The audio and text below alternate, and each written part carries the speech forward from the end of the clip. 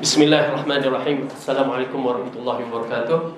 Alhamdulillah nahmaduhu wa nasta'inuhu wa nastaghfiruh wa na'udzu billahi min syururi anfusina wa min sayyiati a'malina. May yahdihillahu fala mudilla lahu wa may yudlil fala hadiyalah. Asyhadu an la ilaha illallah wahdahu la syarikalah wa asyhadu anna Muhammadan 'abduhu wa rasuluh. Amma ba'du. Alhamdulillah kita berada pada 15 Ramadan. Dengan arti kata lain, 15 Ramadan lagi baki untuk kita, ataupun 14 Ramadan. Ia merupakan satu hari yang kita mengharapkan pengampunan. Dan kita akan berada pada 10 akhir Ramadan. Dan 10 akhir Ramadan inilah di antara perkara yang sedang ianya perkara yang menjadi rebutan kepada ulama-ulama salaf, dan juga menjadi rebutan kepada kita, sebagaimana yang kita perlukan untuk siri-siri amalan yang terbaik, di mana Allah telah mengisytiharkan dalam Al-Quran, dalam surah Al-Qadar, tentang kewujudannya satu malam. Ya, kewujudan satu malam yang istimewanya lebih daripada 1000 bulan. Berdalilkan ayat Al-Quran, ba'da a'udzubillahi minasyaitonirrajim. Bismillahirrahmanirrahim. Inna anzalnahu fi lailatul qadr wa ma adraka ma lailatul qadr. Lailatul qadri khairum min alfi syahr. Tanazzalul malaikatu warruhu fiha biizni rabbihim min kulli amr. Salamun hiya hatta matla'il fajr. Sesungguhnya kami telah menurunkannya, yakni Al-Quran, pada malam kemuliaan. Dan tahukah kamu apakah malam kemuliaan itu? Malam kemuliaan itu lebih baik dari 1000 bulan. Pada malam itu turun malaikat-malaikat dan malaikat Jibril dengan izin Tuhannya untuk mengaturkan segala urusan. Malam itu penuh kesejahteraan sampai terbit fajar. Tuan-tuan dan puan yang dirahmati oleh Allah, di mana kita menyaksikan perbuatan Rasulullah SAW pada akhir-akhir Ramadan. Pada 10 akhir Ramadan merupakan malam yang terdapat satu malam yang begitu istimewa, yang tidak ada pada malam-malam yang lain, yakni malam Lailatul Qadar, yang amalan pada malam itu bersamaan dengan pahala 1000 bulan, yakni 83 tahun. Sedangkan umur kita tak tahu lagi boleh sampai ke tidak.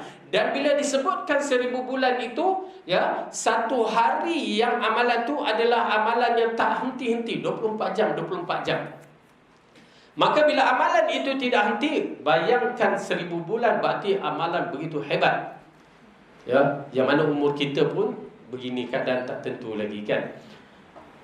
Dan kita mengatakan apa yang dibuat oleh Rasulullah SAW dalam siri amalan ini, kita saksikan. Pertama, apabila Rasulullah SAW pada tiap-tiap Ramadan, 10 akhir Ramadan, dia akan melakukan amalan yang terbaik. Ingat, perbuatan Rasulullah semua terbaik. Jadi amalan yang terbaik yang dilakukan adalah amalan i'tikaf. Okay? Amalan i'tikaf yang kita arahkan pada kaum lelaki, buatlah i'tikaf. Ya. Kenapa? Bayangkan umur kita sekarang ni dah satu bab. Dalam setahun ada 365 hari. Okey? 365 hari, takkan kita tak boleh bagi ruang untuk satu hari ni pun berapa jam je. Okey. Jadi malam itu amat penting kita ambil perhatian, kerana amalan yang begitu tinggi boleh dapat pada malam tersebut. Dan ianya berdalilkan malam ini adalah malam di antara 21 malam ganjil pada malam akhir, 21, 23, 25, 27, 29 di antara malam tersebut. Ulama membahaskan tentang Al-Qadar, apakah yang dimaksudkan ayat ini. Okey, kita lihat ya di mana maksudnya. Sesungguhnya kami telah menurunkan Al-Quran pada malam yang mulia, dan tahukah kamu apakah malam kemuliaan itu? Malam kemuliaan itu lebih baik dari 1000 bulan. Pada malam itu turun malaikat-malaikat. Okey, malaikat-malaikat turun. Dan turun malaikat Jibril. Malaikat Jibril tak turun dah. Selepas wafatnya baginda, wahyu terputus, maka malaikat Jibril tak turun, melainkan pada malam Lailatul Qadar. Dan dia turun sebagai ketua. Malaikat Jibril sebagai ketua, kita tahu bahawa dia akan bersama menguruskan balik urusan dunia ni, macam resetkan balik beberapa perkara lah. Itu urusan Allah yang uruskan. Yang secara kasar, dia datang dalam keadaan yang semua malaikat dengan penuh, dengan banyaknya, okey, dengan izin Tuhan untuk mengatur segala urusan. Itu nama qadar, ya, Lailatul Qadar, malam untuk pengurusan urusan ini. Kemudian malam itu penuh kesejahteraan sampai terbit fajar. Jadi Rasulullah SAW pada malam Lailatul Qadar ataupun malam 10 akhir, apa dia buat? Dia akan melakukan iktikaf. Okey, iktikaf, kenapa iktikaf dijadikan amalan yang terbaik? Sedangkan kita ada solat kan, puasa pula, solat, tahajud, apa lagi? Baca Quran, berzikir. Okey, kenapa malam iktikaf pula menjadi pilihan Rasulullah? Kerana tuan-tuan dan puan-puan, iktikaf mempunyai keistimewaan dia. Pada malam tersebut, kalau kita masuk ke masjid dengan niat iktikaf, ya, maka secara automatik kita akan mendapat ganjaran pahala, walaupun pada malam itu kita tidur di masjid, ya. Okey, syarat tidur di masjid, kita iktikaf. Walaupun tidur Lailatul Qadar berlalu pun, ya, berada malam Lailatul Qadar dalam keadaan tidur di masjid, maka dikategorikan iktikaf. Walaupun waktu itu kita ke toilet, ya, maka pahala iktikaf tu masih ada. Walaupun dia tengoklah apa juga acara yang selagi tidak berlaku perkara yang tak layak bagi orang iktikaf. Misalnya nak lepak kan. Sebut lepak tu dah ini kedai kopi. Kan dia pergi kedai mama tu malam Lailatul Qadar tu, asalnya dia iktikaf, dia keluar semata-mata nak melepak, batal. Dia tidak akan dapat pahala. Tetapi kalau dia ada urusan, okey, urusan pihak masjid minta dia beli barang kedai mama, itu lain cerita. Okay. Tetapi kalau dia buat selain daripada tu, maka dia akan rugilah. Okay. Jadi iktikaf kedudukannya tinggi. Apa juga aktiviti yang kita buat, insya-Allah kita akan dapat pahala, kecuali apa dia? Aktiviti dosa. Seperti mengumpat. Dia sedap bila sebut mengumpat. Saya terpaksa ulang pasal ini acara yang paling best bagi kita. Ya, mengumpat sama ada melalui mulut kawan-kawan dalam masjid iktikaf tu ataupun melalui handphone. Itu di antara perkara yang boleh merosakkan siri amalan iktikaf. Ya. Lepas tu melihat apa yang tak berfaedah dalam handphone, cerita-cerita movie ke apa ke, itu semua merosakkan siri amalan iktikaf. Okey. Jadi Rasulullah SAW dia beriktikaf selama 10 hari akhir, dan dia fokuskan pada 10 hari akhir kerana mencari malam Lailatul Qadar. Selepas wafat Rasulullah, isterinya Aisyah mengatakan, kami kaum wanita pun beriktikaf. Okey. Jadi wanita pun boleh iktikaf dengan syarat mendapat keizinan suami. Kalau suami tak bagi, boleh tak? Tak boleh. Okey. Nak juga antak-antak kaki kan, nak merajuk, tak nak masak sahur, tak boleh. Ya, kena dapat izin suami. Itu syarat dia. Dan kedua, kalau wanita nak iktikaf dah dapat izin suami, pergilah cara orang beriktikaf. Bukan cara orang pergi mall, ya, pengantin majlis kahwin, dia pergi dengan lipstick dia apa semua, kasut tumit tinggi. Itu bukan pergi iktikaf tu. Okey. Jaga adab-adabnya, kena jaga adab-adab. Kemudian yang menjadi perbahasan kita, adakah iktikaf itu di masjid jami', masjid ataupun surau? Ya. Surau boleh ke iktikaf? Kan? Disebabkan kalimah kita tidak faham, orang Arab ni, ya, kita salah faham tentang kalimah masjid. Bila kita sebut masjid, masjid tu tempat diri solat Jumaat. Orang Arab pula dia tak sebut masjid tu untuk solat Jumaat. Bila sebut masjid, bagi mereka surau. Dan kadang-kadang bila sebut jami', itulah tempat solat Jumaat. Itu bahasa Arab. Ya, pasal saya dah terkena, itu yang saya tahu tu. Bila dia sebut masjid, berarti lafaz tu umum. Dan Rasulullah sebutkan masjid, lafaz tu umum. Jadi bila sebut masjid, masjid jami', masjid yang didirikan Jumaat ataupun surau boleh juga. Cuma bagi saya cenderung pada masjid jami' lah. Dan saya tak bahas, tak berdebat dengan orang yang mengatakan surau. Kerana kalimah itulah. Jadi maka kedua-duanya Bagi saya insya-Allah boleh. Ya, wallah. Okey. Jadi kita cuba dapatkan siri amalan-amalan yang terbaik. Kenapa? Kalau kadang kita ni bila kita tak beretikaf, kita kata kita boleh bangun tengah malam kan, baca Quran ataupun bertahajud. Tapi hak mana kekuatan kita bila dah duduk di rumah tu, dia dah lain cerita. Keselesaan kan, duduk rumah, kena pula aircon, Masya Allah kan. Kena pula bantal tepi tu, walaupun bukan depan kita, tepi tu kan. Memang dia akan menyebabkan mungkin kita tengah semangat, tiba-tiba terlena. Maka terhabislah peluang-peluang yang besar-besar yang begitu. Dan oleh kerana itu duduk di masjid. Bila kita beriktikaf, waktu tu kalau tertidur dapat pahala iktikaf. Kalau baca Quran, pahala iktikaf, pahala baca Quran. Kalau tengah solat, pahala iktikaf, pahala baca Quran, solat. Kalau tengah berzikir, pahala iktikaf, pahala berzikir. Cuma bab-bab berzikir ada satu perbahasan yang perlu kita lihat elok-elok, supaya kalau kita beramal, biar kita beramal mengikut sunnah Rasulullah SAW. Kenapa? Sumber agama kita dari Rasulullah, ikut cara Rasulullah. Jangan bawa zikir sendiri.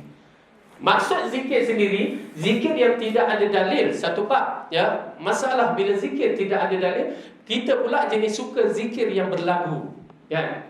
Kita pun nak berlagu, ialah daripada mengantuk, ustaz, zikirlah lagu. Hasbi Rabbi Jalallah. Kan? Kita pun, oi sedap kan? Buat jemaah pula waktu tu kan? Zikir itu tertolak kerana tidak ada dalil. Bahkan zikir itu menjadi perbahasan yang mengatakan bahawa ada unsur-unsur yang boleh membawa pada syirik. Kita pula minat kan? Tak boleh. Jangan ambil zikir-zikir yang begitu. Ataupun zikir-zikir yang dah sahih dah, tapi kita jenis suka melakukan, tak apa-apa nak kena lah. Subhanallah, Alhamdulillah. Baca Subhanallah, Subhanallah. Okay? Supaya kita mengikut sunnah Rasulullah. Kerana apa? Dalam bab zikir itu pun ramai yang tersilap. Jadi insyaAllah kita cuba dapatkan. Adakah cuma yang menjadi perbahasan malam Lailatul Qadar ini 21, 23, 25, 27, 26 yang mana satu yang Rasulullah lafazkan, ya, secara umum semua malam ganjil kita kena cari. Okey. Walaupun di Saudi berbeza dengan kita mengikut ahli balad kita, negeri kita. Jangan ikut Saudi. Ya, kerana itu berkaitan dengan negeri masing-masing, ada perbahasan ulama, kecuali dalam bab haji. Haji memang Arafah di Saudi kan. Baik. Kemudian yang menjadi sebutan dalam hadis tu, dia sebut 21, 23, 25. Ada hadis yang sebutkan 23, 25, 27, 29. Dan ada hadis, banyak hadis yang mana buat pilihan. Tetapi kebanyakan hadis itu 27 dia tak hilang dia sebutan itu. Rasulullah banyak menyebutkan 27. Dan ulama membahaskan adakah malam 27 itu Lailatul Qadar. Dan kita menyaksikan pada malam 27 itulah yang paling ramai. Kalau di Mekah ataupun kalau kita kat sini UAE, ramai. Kalau tak percaya pergi 27 penuh orang Arab di sana. Kerana mereka menganggap bahawa 27 itu malam Lailatul Qadar. Tetapi saya tertarik dengan nukilan yang dinakalkan daripada Imam Syafi'i. Dia mengatakan memang tidak dinafikan. Pada hadis itu banyak menyebutkan ada 27.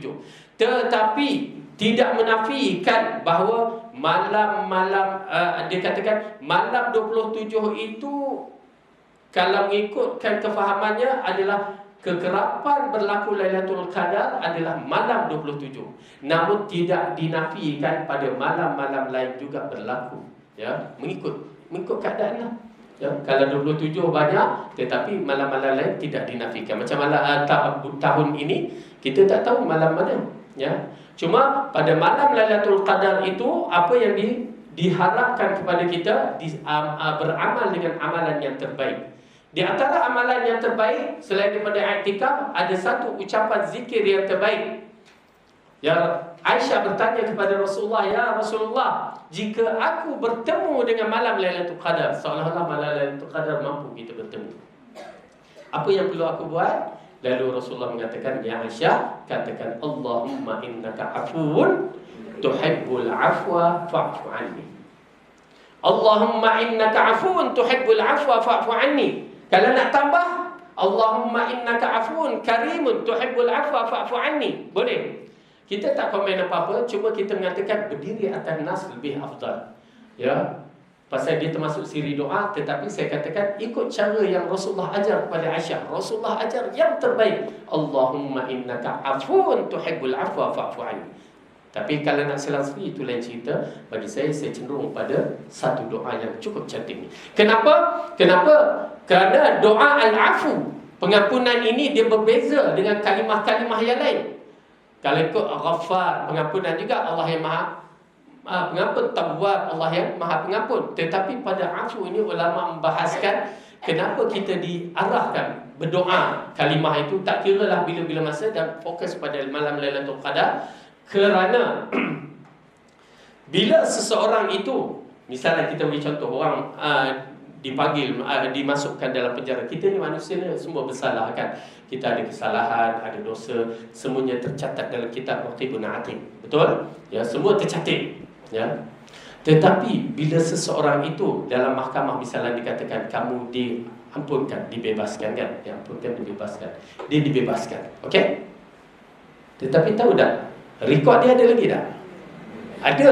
Tu pasal kalau dia buat panggil balik, ya, memang dia ada kes rekod jenayah dia lama tu ada lagi, kan? Tetapi bila disebutkan al-afu, ya, kita akan diampunkan oleh Allah, dibebaskan, dan rekod kita dipadamkan.